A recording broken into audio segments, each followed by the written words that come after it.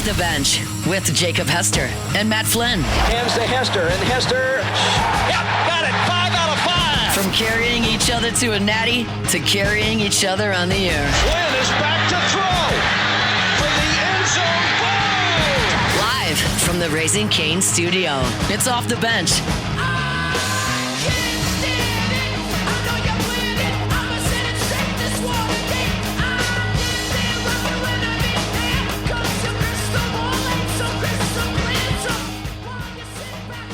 All right, welcome back in. Hour number 3 of OTB here on this Tuesday morning. Of course, Tuesday shows brought to you by Community Steel. CommunitySteelCo.com is the website. You always know, 9 a.m. on a Tuesday morning. We catch up with our guy, Nick Underhill, New Orleans Football, who joins us now. Nicholas, how you doing this week, sir? Doing great. How you guys doing? Doing great. Blessed and highly favored. Always appreciate the time. Yesterday was a big day in the NFL. So normally we dive right into it. Let's get into the Saints. But I got to ask you, man. I mean, you had Myles Garrett getting traded for Jared Verse. You had A.J. Brown finally getting traded after we talked about it for months. You had OBJ go back to the Giants. You had Russell Wilson retire. I mean, yesterday was about as loud as a Monday in the offseason could be in the National Football League. Yeah, I was trying to wonder, is that the biggest trade of – in NFL history? It's got to be up there. The only other one I could think of is Marshall Faulk, maybe, Colts to the Rams, in his prime. Stafford obviously is up there, but he was a little, I think that's franchise changing, maybe a little. I guess it's probably comparable. Jalen Ramsey might be in there. I mean, these are all Rams though, which is crazy that every trade. You could argue Brett Favre and Steve Young, but we didn't know they were Brett Favre and Steve Young at the time. What else is out there, man? The Revis trade didn't really work out. The Sauce trade didn't really work out. So it's either him or Marshall Faulk, I think. This one or Marshall Faulk. I'd like to trade for him. The thing that I found most interesting is just kind of talking to people, executives and people in the league, after this trade, their reaction. They're all Indy got more or gave up more for Sauce. And I'm like, well, I'd rather have Burst, I think, than the round pick.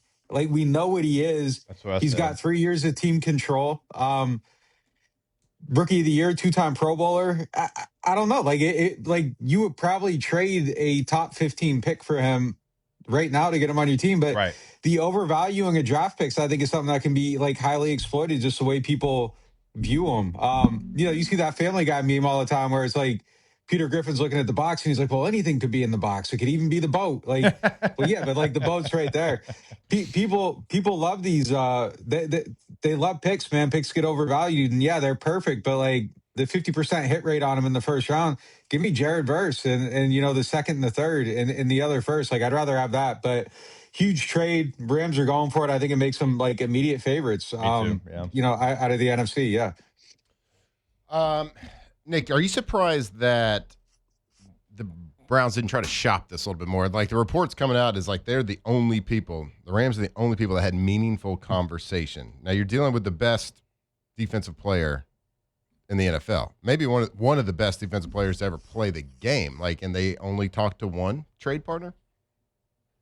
I heard something about the Eagles too, which they're always a team that's in there. I think the problem with Myles Garrett is that he's worth so much and you're never going to get what he's worth. There's only going to be so many teams that are confident enough to give up what it takes to get him. That takes a Les Snead or a Housey Roseman or, those guys that kind of know that hey, if this goes wrong, it's not going to cost me my job. I think one of the biggest problems in the league is that, 25 out of the 32 GMs are operating scared and just trying to keep their job. You got your win. You really take a swing. You can't really afford to think differently on anything. You need everything to kind of be consensus. So when your owners scroll on social media, they aren't seeing people calling you an idiot and their friends aren't, asking if you're crazy.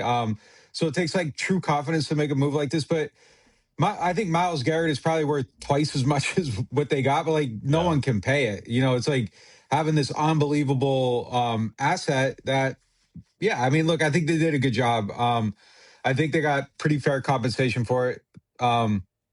it's just like, what do you give up for a guy that gets 20 sacks? Like, the package is crazy, but it's also not enough. But like, I don't know at what point I would have been like, it's enough. But the flip side of that is the Brown, like, he made no sense for the Browns. Right. They're going to win in the next 4 years. Like, he's probably got 4 more years of being in a pass rusher. I think Verse makes a lot more sense for them.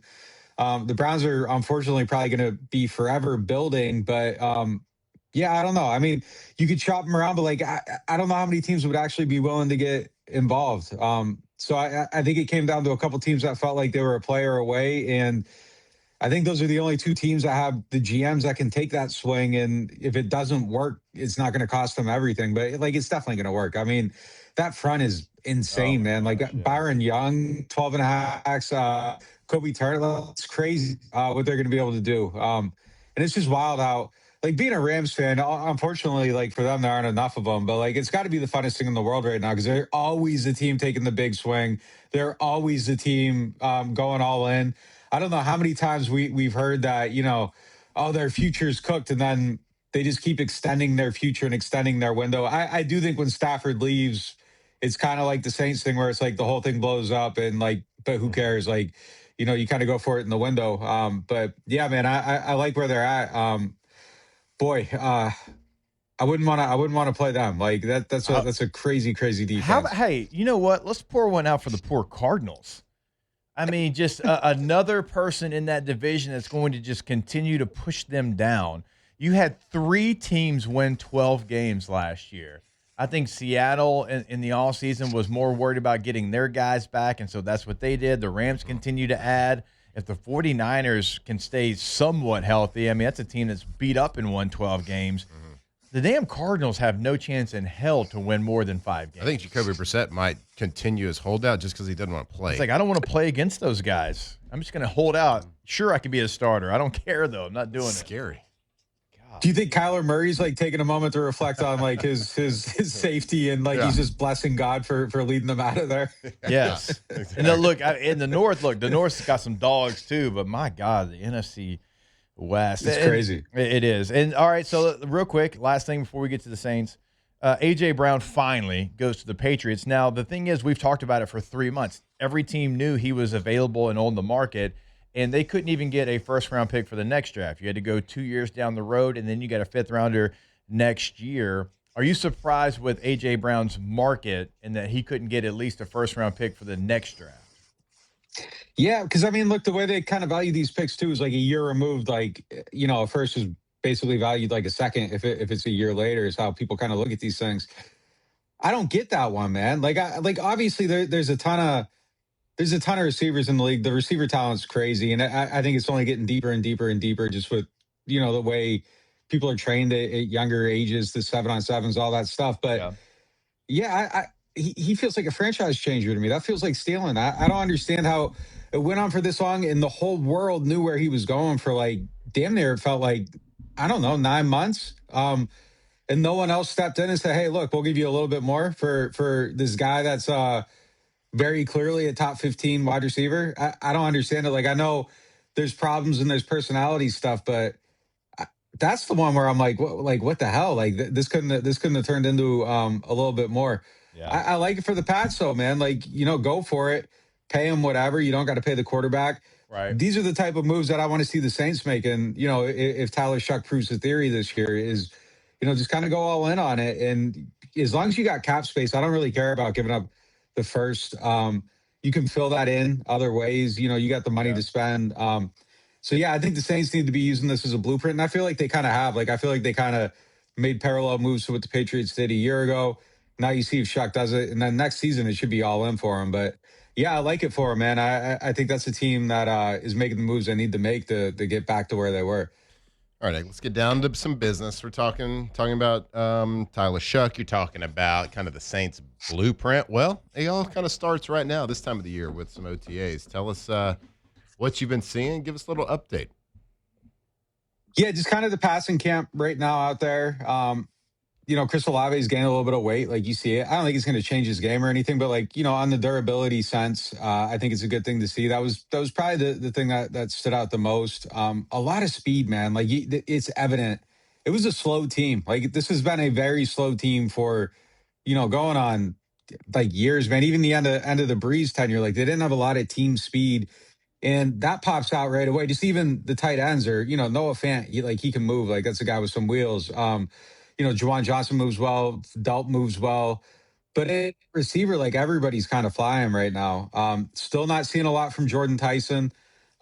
They're posting pictures of OTAs. He doesn't even have socks on. So I don't know what's, I don't know what's going on with this ramping up. But, maybe it's today, maybe it's tomorrow. Like he did a little bit of routes on air or whatever, and then disappeared from the last one. But at least he was out there watching this time. So that's a good thing. Right. But I think, I don't know anything, but like just kind of it tingles a little bit where it kind of gets those reporter senses going a little bit like, like we'll go the first rookie practice and now you start to ramp up in the second practice. I don't know. That doesn't make a ton of sense to me, but I think, I don't think it's a big deal, whatever it is. I think he'll be fine. But I really like the idea of Sanker in the slot. That was like my big takeaway from the last OTA. We'll be back out there tomorrow, but something about seeing him there, like, he's good going forward. Like I think the stuff that made him good on special teams, could make him good as a pass rusher. Being a gunner, beating that block. Like I like him going forward. He moves well. Something about that just made me feel better about the secondary as a whole. Like I like the idea of Blackman deep. I like him in there. I like not having to move Quincy Riley, and I think maybe just like the durability idea of Sanker over Blackman makes it feel a little bit more anchored down. Just because Blackman's had all these injuries, and that might be an unfair assessment, but like Sanker just feels like a more durable piece that you can build around. We'll see how it goes from there, but that was I like the idea of that probably more than Blackman or moving Quincy Riley inside. Can I ask a real important follow up question here? Yeah. You said Jordan Tyson didn't wear socks. Is that like around the facility, or is that like no socks with his cleats? Yeah, like you just see a picture of a guy not wearing socks, and it just kind of makes it look like he's not doing work. You know like what I mean? With cleats on, like no socks in the cleat. He just had on, he had on like the. I don't know if he was wearing cleats or not, but like, I don't know, man. Like just something about not wearing socks, like was like he didn't actually practice today, but he might have. Like, but the visual on it was just like like this doesn't look like someone going after it. No socks with cleats on. It's a move. It's a move, and it's kind of an indictment. That's my biggest takeaway so far from OTAs. They're getting younger, man. The players are getting younger. That's true. That's just nasty. And we keep staying the same age. All right, so we're obviously like everybody's going to ask you about Jordan Tyson when they bring up the rookie receivers. I want to ask you about the other two guys that you drafted: Bryce Lance in the 4th round, Barryon Brown in the 6th round. What have you seen from them in OTAs? Yeah, I'll tell you, man. Like Barryon Brown, like I think he runs better routes than I expected him to run. He's one of them where it's like, wait, who's that guy? Like, right. You learn the number quickly because you keep looking to see who it is. Like he moves well. I'm impressed by him. I think I need to see Bryce Lance in like a more competitive period or something. Like he hasn't really popped yet. Like you see the speed. He looks like more of a strider than just kind of, maybe it's just the build. Like he's long and lanky. I think I just need more information on him. Barryon Brown, I think, is someone that is built to stand out kind of in the uncompetitive 7-on-7 routes on air type stuff. Right. And I think maybe Lance, you got to see him in these other spots. So I'm still kind of gathering info on him. But yeah, I think I'm taking Barryon Brown more seriously as a receiver. When they drafted him, it was kind of like, all right, special teams and maybe he'll give you, a play a game or a couple packages where you get him out there and he's streaking down the field. But I think maybe he can do a little bit more than that, which makes it exciting. That group as a whole is crazy, man. Like you think back, it used to be they didn't have enough receivers. They were always trying to build that room. There wasn't enough guys. And now like Kevin Austin Jr. to me is a viable NFL receiver who's probably definitely not going to make this team. And they're going to be cutting real talent from that position. We still haven't seen Trey Palmer. That's a real NFL receiver with real production. Jalen Polk, like he looks the part. Like that's an interesting guy too. So that's going to be a fascinating kind of cutthroat competition, I think, all summer long. I agree. All right, Nick, let's get to kind of the main storyline that's been talked about in the last couple of days, which is Alvin Kamara. Tell us the latest on just the contract, the planning, the kind of strange messaging about kind of his role or the unforeseen future of what his role may be. Just kind of give us your thoughts and any new updates you might have on the Alvin Kamara. Yeah, so like I don't think they've really had serious conversations about anything to this point. Look, I know I can say from one side, I know with complete certainty that Alvin wants to come back, and I think Alvin would be more than open to discussing his compensation package and what it should be going forward. I think his strong desire is to remain here and to play here and to finish his career here. And I think if his circumstance changed, I think he'd probably evaluate his options and probably be, open to continue. I think he fully plans on playing football this year. But I think, everything is. I think he wants to be here. I don't think there's any posturing with any of that, and I think he'd be willing to work on it. I don't think the Saints have made a decision on what they want to do with this, which is, it's weird. It's June 2nd now. That's kind of a benchmark. June 1st, post June 1st. Because they redid his contract before with that 50% rule, all the complicated stuff. They couldn't designate him as a post June 1st cut beforehand. If they let him go now, the way his contract's set up, he has a $3 million guaranteed. It would actually, I had thought they would have a $376,000 cap savings, but it would actually go up the way it's booked this year, like by like $1 million. Like that's marginal.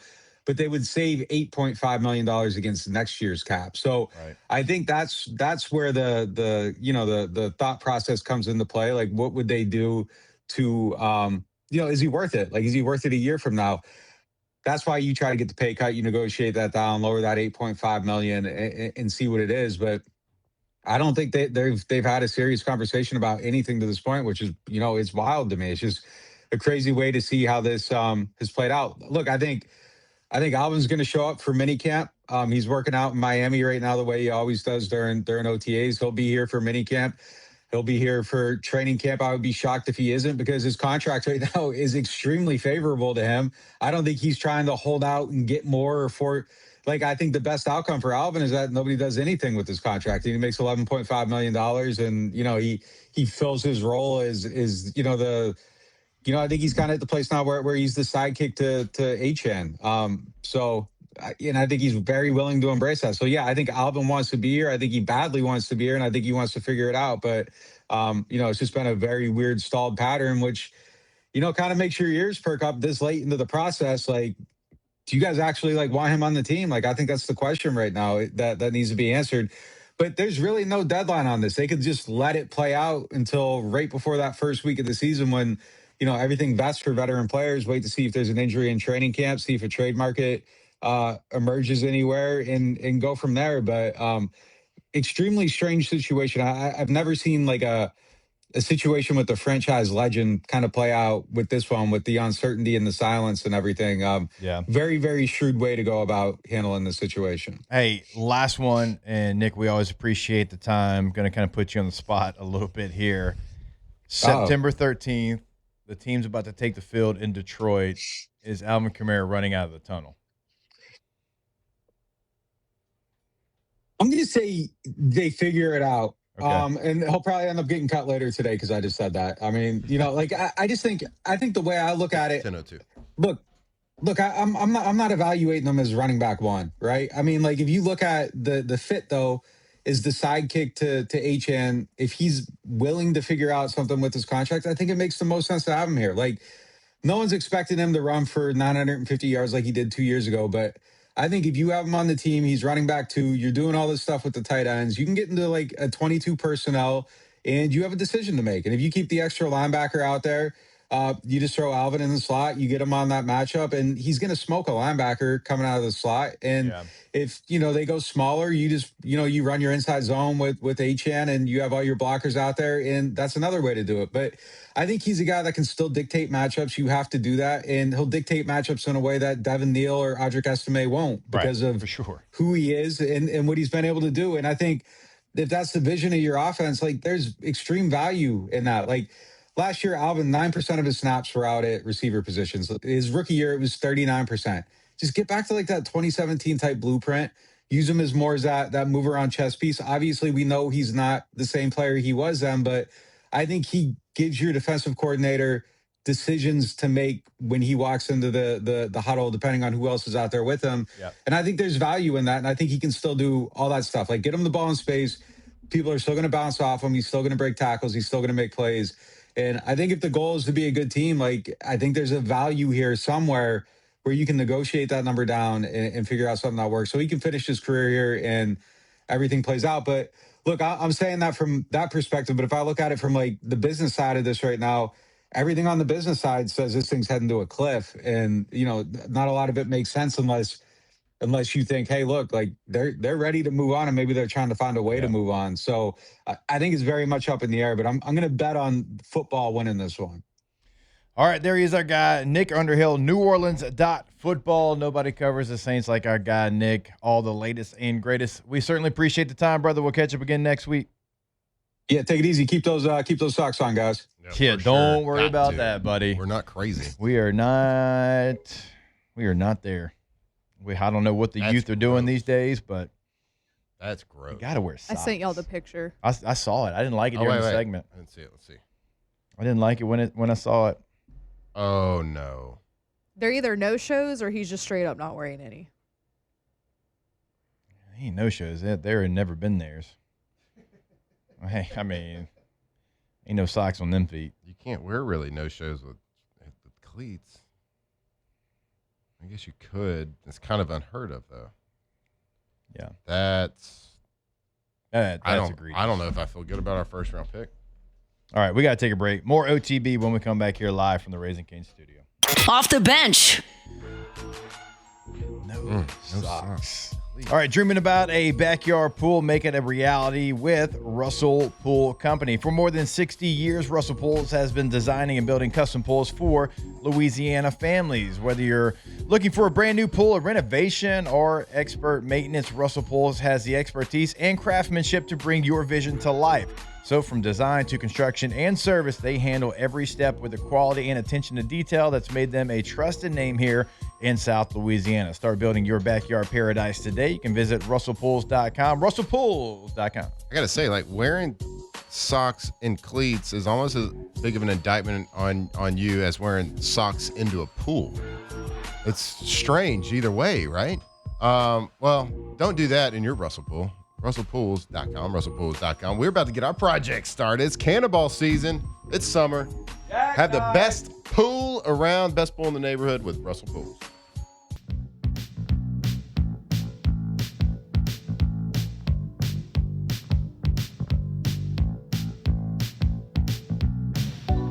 Off the bench with Jacob Hester and Matt Flynn. Tuesday show, presented by Community Steel.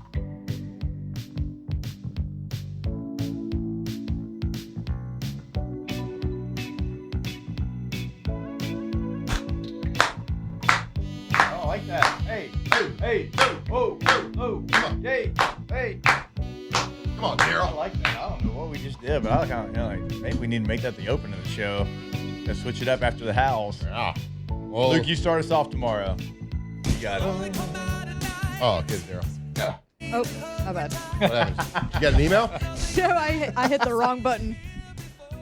Happens. You got mail. Did we ever come up with the equivalent of "You've Got Mail" I today don't in remember what we were today's? doing. Y'all remember the? I got a text. Is that what we?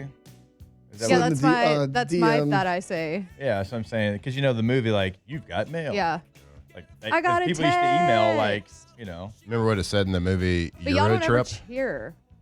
Wait, what do you mean? Y'all are supposed to cheer after I say it. I We still didn't don't know that. but Roll. is Yes, it- I told But is the y'all. reference Love again, Island? we It is Love forgot Island. because I haven't started my reviews meeting. Yeah, right. Let's practice. Okay, I don't have one, but I'll do it anyway. Okay. I got a text. Let's go. All right. Yeah. She got a text. Yes, that's exactly how y'all are supposed to respond. Y'all remember the movie Euro Trip? Yes, love it. I do. Do you remember what his said when he got mail? Oh my gosh, I don't. No, and I just watched this not long ago. It says, mail, mother. Poor Still, Scotty had still my no favorite idea. cameo of It all might time. be the greatest cameo. Scotty It had is. no idea, It is. y'all. it is He the had best no cameo. idea.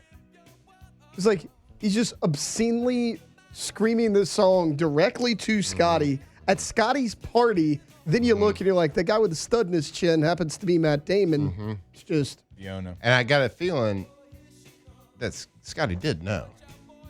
Oh, I felt like I don't Scotty got a little know. He At was that pretty- point, maybe. He thought she was just praising the Lord. Luke, you're Oh, young. she's in Do you church. know what we're talking about? Do you know what Scotty didn't know? You No. don't? How old are you?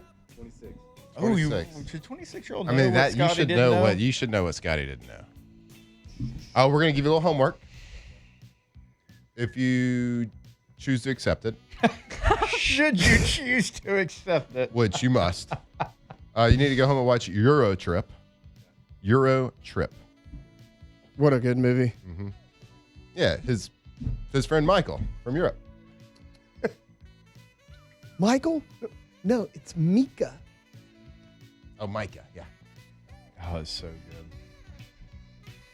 Y'all think Luke's actually going to watch it? No. No. Yep. I do. Oh yeah. Luke likes to laugh. He likes to laugh. I like laugh. Live, laugh, Luke. Hobby Lobby said it, not us. Yeah, I still don't get the whole cow situation that we were talking about. It's weird. yesterday. yeah. It's strange. We don't have to understand it though. True. What are they called again? Highland. Scottish Highland or Highland, whatever. Yeah, Scottish High. Yeah. Highland. Okay. Sure. All right. What's the point, do you think, of the bangs on the cow? Like most animals, their features, there's a reason it's there. Like, is there a lot of dust in Scotland that it had to like protect their eyes from the It's got to dust? be for a purpose, you would think, right? The long hair in that particular place of their body. Usually like a random feature on an animal is there for some sort of. Yeah, the good Lord put everything there for a Maybe it's just a fashion statement. Yeah. To protect their eyes from the harsh Scottish weather and pesky summer insects. Okay, The long insects. hair blocks heavy rain, wind, and snow from directly irritating their eyes. You kind of had it. And it prevents insects from landing on their eyes. I got to tell you, sometimes we watch these animal documentaries and like the flies to me as an animal, there's a lot of things as an animal I wouldn't appreciate, like getting eaten, stuff like that. Yeah, that sucked. But the animals or the flies and the bugs they got to deal with sometimes, it's tough, man. It gives me like, I'm like claustrophobic watching. I'm feeling bad for these animals with all these flies on them. Yeah. It's tough look for them. When I'm the glad cow- I'm a human and have thumbs. I mean, the cow's just trying to be a little emo out there in the wild, you know? It's protecting his eyeballs. Yeah. Singing, "Hey there, Delilah." When God made that, you think you had an idea that it would be pretty popular at Hobby Lobby? Probably not. I don't know. Hobby Lobby does have kind of Christian ties. Maybe he did. Yeah.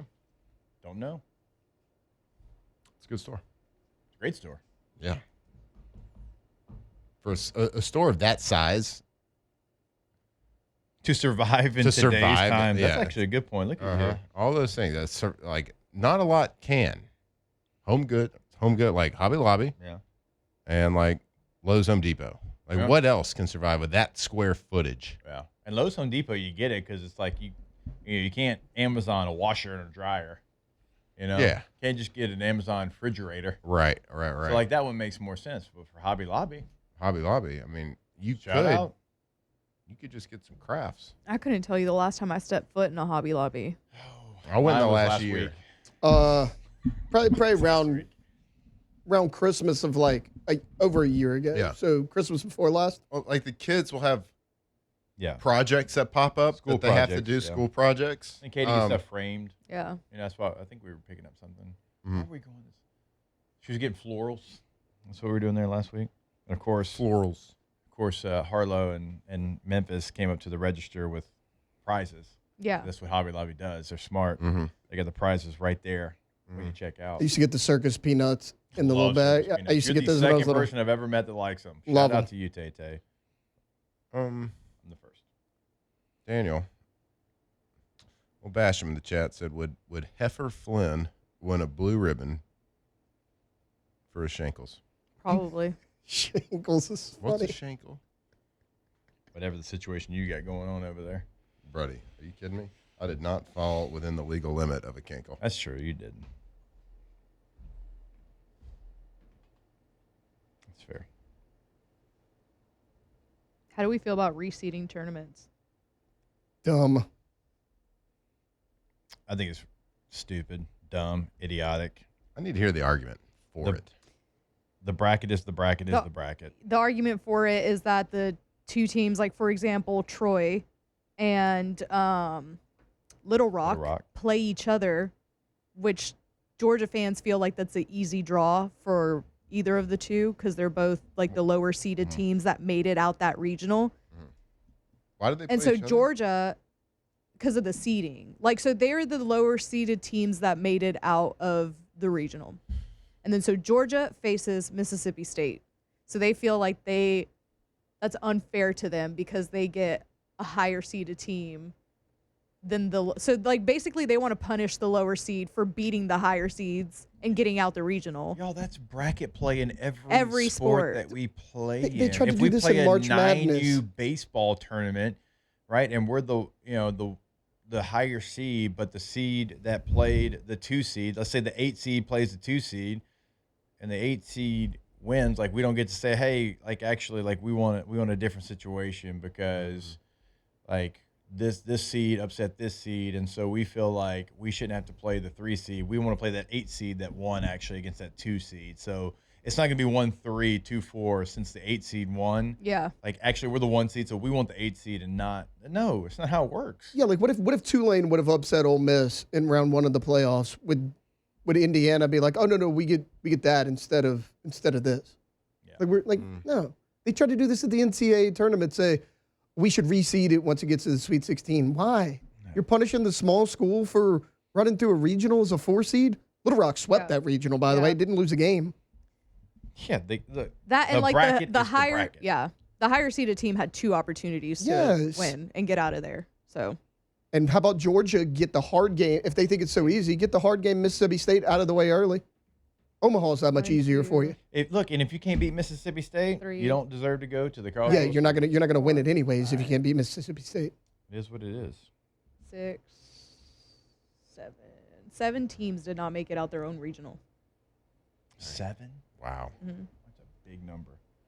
Oh my God! Did y'all see? We got to pull this clip out. Okay, we teased a clip earlier about Urban Meyer. We did, so that's what we had to pull up. Also, watching last night, what I outside of football and LSU doing cool things in other sports, I don't think I've ever seen a sports scene in college athletics that was as cool as West Virginia post game, all singing together, Country roads, and like belting it and singing the entire thing too. Mm-hmm. I sat there with my mouth open, like this is awesome. It was awesome. That I had the was chills really. watching it. I did like too. a Jake Caveman. It was really cool. And you know what's awesome about that, Matt? They've gotten everybody to do that in every sport. They do it in football and basketball also. Dude, winning it's awesome. a tight game like that, winning a regional, You were down, at home, you were walk down, off. awesome, Yeah. awesome game, and they withstood like a grand slam too, and like then coming back in time and they win it, and the whole crowd arms around each other. Country road. West Virginia has I have like a little bit of a soft spot for West Virginia because one of my closest friends growing up went and played baseball there, and he was super hype yesterday. Like, you either survive or you, It was awesome. Maybe we should close the show with that. All right, well, we can do that. We can also take a break. More OTB when we come back here live from the Raising Cane studio. Off the bench. All right, tired of dragging your trash cans to the curb every week? Let Trash Rangers handle it for you. Trash Rangers is South Louisiana's trash can valet service. They'll roll your cans out before pickup day and bring them back after collection so you never have to worry about it again. It's perfect for busy families, seniors, frequent travelers, and anyone who wants one less chore to do on their to-do list. Simple, convenient, reliable. Visit trashrangers.com and sign up today. That is Trash Rangers, taking the hassle one driveway at a time. Oh, hello. What's in my driveway right now? 30-yard roll-off dumpster, the big boy. Sucker's taller than me, dude. Did you go in there and run a 30-yard dash just because you could? I did. I opened the little door. I brought a couple things in. It was a big workout to get it over the top of that thing, too. I put a lot in there. What? Best roll-off dumpsters around. The best trash removal service and waste removal service in Louisiana. TrashRangers.com.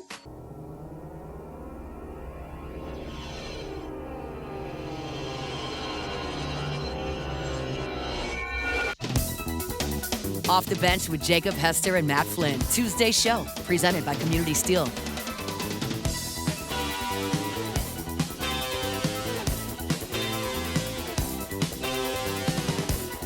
All right, welcome back in. If you're looking to transform your home inside and out, you can start with K to Z Interiors and Outdoor Living. They've been in the game, as we tell you, every single day since 2004. Have Brandon Barton and team come out to your space. The cool thing about it, they've done it for me, they'll do it for you. Like, they'll come in, they'll kind of look at your space, know your space, change your space like in 15 minutes. It's amazing. I lived in my house for 4 years when they came in, and they knew it better than I did in 15 minutes. They're going to do the same for you, know exactly what you need, where you need it, inside, outside and inside. Go to K2ZBlinds.com today. That's KTOZBlinds.com. K to Z Interiors and Outdoor Living. All right, we got a video that we want to play, and this is former Utah, former Florida, former Ohio State, and former Jacksonville Jaguar head coach Urban Meyer talking about what it's like to recruit the state of Louisiana. We played around in Louisiana, and we get to the dance floor with a great player, and then he wouldn't come. So I said, enough. I'm not flying into Louisiana again. I'm good. There's enough good players around Georgia and Florida that I'm not going to go beat my face against the wall and go in Louisiana. Now, I know Nick Saban went in there and got some players, but that was a whole different level game that I was not willing to go do. It's pretty cool. One of the better head coaches in college football history, like Urban Meyer, hate Urban Meyer, whatever. You can't deny that. And he's like, you know what? I'm not doing that anymore because these guys that I'm having to try to recruit and like the ties that they have to LSU, I'm not getting them. Coach Saban's getting a couple just because of the relationships he had when he was the head coach at LSU. It's like, I'm not doing it anymore. Yep. Nope. And not doing it. Exactly. He said, I'm not going to go beat my face against the wall trying to recruit inside of the fence that LSU was definitely putting at the time and continues to do a little bit. But I would say now that there's going to be not just a fence, but a concrete wall around Louisiana, and hopefully so. And there should be. Yeah, and it should be. What do you think he was talking about at the end there? What are you talking about? Which part? When he said that Nick Saban at Alabama, they were playing a different level game that he wasn't willing to play. Well, he was willing to play any game, so maybe he just thought, maybe he was talking about because they were, in Louisiana before, because it's not like Urban Meyer wasn't going to play whatever game he had to play. Let's not get that twisted. I think he liked to play. Like to play what? Round. Play around. I don't know. Play outside. All right. You said play. I didn't know what you were talking about. He liked Jacksonville little dive bars, too. That was actually in Columbus. Was it? Columbus. Because his team actually flew back on the team plane, and Oh, that's right. he stayed back, remember? That's right. Priorities. And we were just talking about at the break. Well, first of all, really cool to hear perspective of just like you said, of a coach on how tough it is and how we feel, at least, that with Coach O coming on, it's only going to help improve the high school recruiting for LSU football. Not that it was like bad, it was awesome, but now it's just going to be like you're really solidifying the state of Louisiana. And sure, you can't be guaranteed to get any player that comes out of Louisiana. I get it, but it just helps build that wall around Louisiana from a recruiting standpoint and making it tougher and tougher for other schools to come in. And you just heard it from one of the best college coaches to coach. You heard how tough it was. He just stopped doing it. He's like, I'm not doing it anymore. Like, we're not even going to waste our time. Like, we feel like we're going to get him, and they just don't come here. That's actually pretty cool to hear. Yeah, it is really cool. Because we know what kind of talent this state has. And if you have the head coach of the Florida Gators at the time, which was a national power, they won 2 national championships in 3 years, saying, we're not doing it. We're not going in there anymore. Yeah, we know we don't have a chance. We can piece it together from like a handful of other states to maybe get the talent. And if it ever gets away from that, because it was, look, we've laid this out before. It's been like that before. Think about when, guys a week ago, Ed Reed and Reggie Wayne and Cordell Stewart and Warwick Dunn and Major Applewhite and all these guys went somewhere else for a long. I mean, that's just a handful. Marshall Faulk, like we could talk about all these guys going somewhere else, and like remember, well, maybe some of y'all don't because it was a long time ago, but like when Kevin Faulk decided to go to LSU, how massive that was, because Kevin was like, "No, we're going to go there. We're going to make it cool again, and we're going to bring it back." And is he the biggest recruit ever? I think so. Mm-hmm. I think Kevin Faulk is for sure. Impactful I think recruit he's the biggest, most impactful, the most important, all of those things. I don't know that you can give me another one. I don't even know that it's up for an argument. There's been that one guy from Tyler. Nope. No, Earl Campbell went to Texas. You're right. Yeah. My bad. There's been massive recruits and getting Burrow out of the portal, that one's pretty big. But no, Kevin Faulk's the most important. And when he did that, it was not cool to go to LSU. That's when all of those guys from New Orleans and surrounding areas were going to Miami. They were going to Florida State. They were going elsewhere. Mm-hmm. But now, because if you do it right, this is what it can be. Mm-hmm. We're not going in there, not going to do it. Shout out to Kevin. You're the man.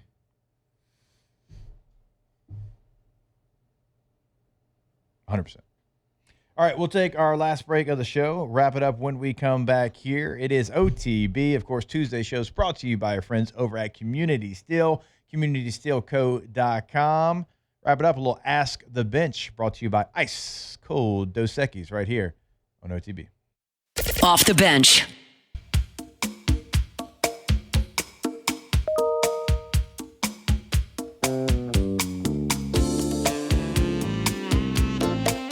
Off the Bench with Jacob Hester and Matt Flynn. Tuesday show, presented by Community Steel.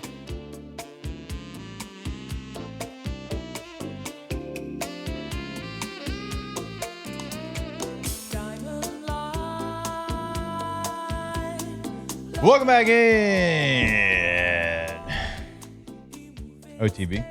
Always, and I do mean always, want to remind you about our friends over at palagroup.com, palagroup.com. I mean, if you're on their team, which they are looking right now, you are an employee owner, right? You got incredible benefits. You got paid holidays. You got time off. I mean, it is a great company to work for. If you want to find more information on how to become a member of the Pala team, you can go to palagroup.com, palagroup.com. I mean, they've been in the game for a long time here in South Louisiana. They are a company that's tried and true, and you can be a part of that team. Again, palagroup.com, palagroup.com. Go see him. Today, right now. All right, let's get to a little Ask the Bench. Of course, Ask the Bench always brought to you by Ice Cold Dos Equis. Ice Cold Dos Equis. Thank you. My God. My bad. It's on me. Darth Vader's not going to hit I was right drinking it from a tap. Just didn't make a noise. All right, Ask the Bench. T-Bob is online celebrating West Virginia right now, so I guess he is officially done with us. Guys, wow. he's been done with us. Guys, I don't know what to tell you. He's been done for We've a talked year? to him A year. We've talked to him like twice. Like literally a year today. He's been done with us. Well, And y'all talked to him more than I have. We were just celebrating West Virginia too a little bit. We were talking about how cool this Yeah. song was. Yeah, but I mean, not. We weren't about to play it at all. No. Not now. Not now. No, Matt Hashtag shut Ask that the down. Bench. Is Flynn back for a whole nother year, or is he a one and done with today being a little lanyard for the anniversary? It's, I think every day, week, month is just TBD. Yeah. You're like on a day-to-day contract. Yeah, a day-to-day mental Yeah. contract. Just on those I get 10-day it. contracts, you just keep going. Yeah, I Just enter 10 more enter days. the portal every single day, guys. When my feet hit the ground, portal. Hashtag Ask the Bench. What's Jake's middle name? Ooh. Dang. I mean, you could have looked it up by now. I could Alondra. have. What's Jake's middle name? Troy. Thank you. Knew it. You just forgot to say it. Hey, Matt's birthday is June 20th, 1985. Matt, what's Jake's birthday? May 1985. May what? May 19th. You know, in that window.